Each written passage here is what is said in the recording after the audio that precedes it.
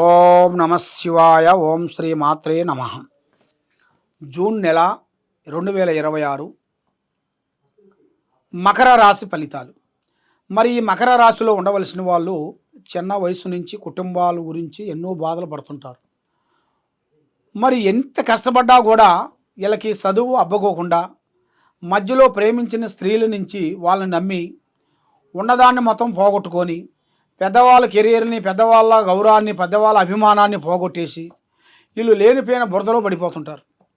దానివల్ల వీళ్ళకి మనశ్శాంతి ఉండదు, మానసికమైన ఒత్తిడి, ఏ పని చేయబుద్ధి కాదు, ఎక్కడ ఏం చేస్తామన్నా కరెక్ట్గా ఇంట్రెస్ట్ అనిపించదు.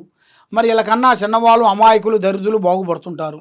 మరి ఇలా జాతక యోగాన్ని పెట్టి చూసుకుంటే ఈ మకర రాశిలో ఏ కార్యక్రమం చేస్తామన్నా కూడా కొన్ని గ్రహాలు కొన్ని ఎదురవుతుంటాయి.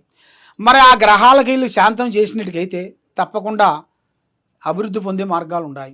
వీళ్ళు ఎక్కువగా శని భగవాన్ని పూజించాలి, శని భగవానికి ఆరాధించాలి. శని భగవానికి గుడికెళ్ళి నవగ్రహాల దగ్గరికి వెళ్ళి 9 ప్రదర్శనలు చేసి అక్కడ నవధాన్యాలతో నల్ల నువ్వులతో పూజా బలం చేసి అక్కడ ఆ స్వామికి పూజా బలం చేసినట్టుకైతే తప్పకుండా వీళ్ళ మీద ఉండాల్సిన దరిద్ర యోగము, కర్మయోగము, శని యోగము పటాపంచలైపోతాయి.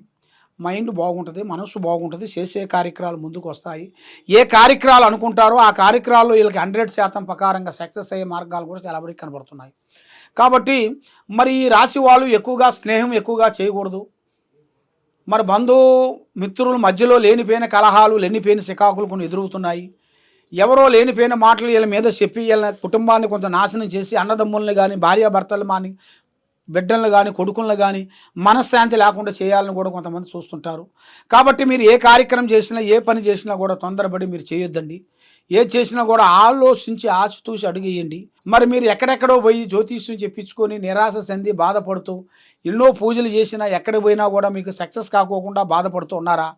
తప్పకుండా ఈ కింద ఉండాల్సిన నెంబర్కి మాకు ఒకసారి సంప్రదించినట్టుగైతే మీ ఇంట్లో ఏముంది, మీ ఒంట్లో ఏముంది, మీ మీద ఏమేమి తిరుగుతుంది, మరి మీ కుటుంబాన్ని గురించి ఏరే వాళ్ళు ఏం చేయాలనుకుంటున్నారు, మరి మిమ్మల్ని ఎక్కడెక్కడ తిప్పాలనుకుంటున్నారు, ఎక్కడ ఇబ్బంది పెట్టాలనుకుంటున్నారు, మరి మీకు ఈ సమస్య మీకు ఇంక ఎన్ని రోజులు, ఎన్నాళ్ళు, ఇక నుంచి మీకు టయాలు ఎప్పుడు కలిసి వస్తాయి అనేది మీ పేరు బలంలో జాతక చక్రం వేసేసి దాన్ని జాతక కొండలి వేసి చూసి చెప్పగలుగుతాం.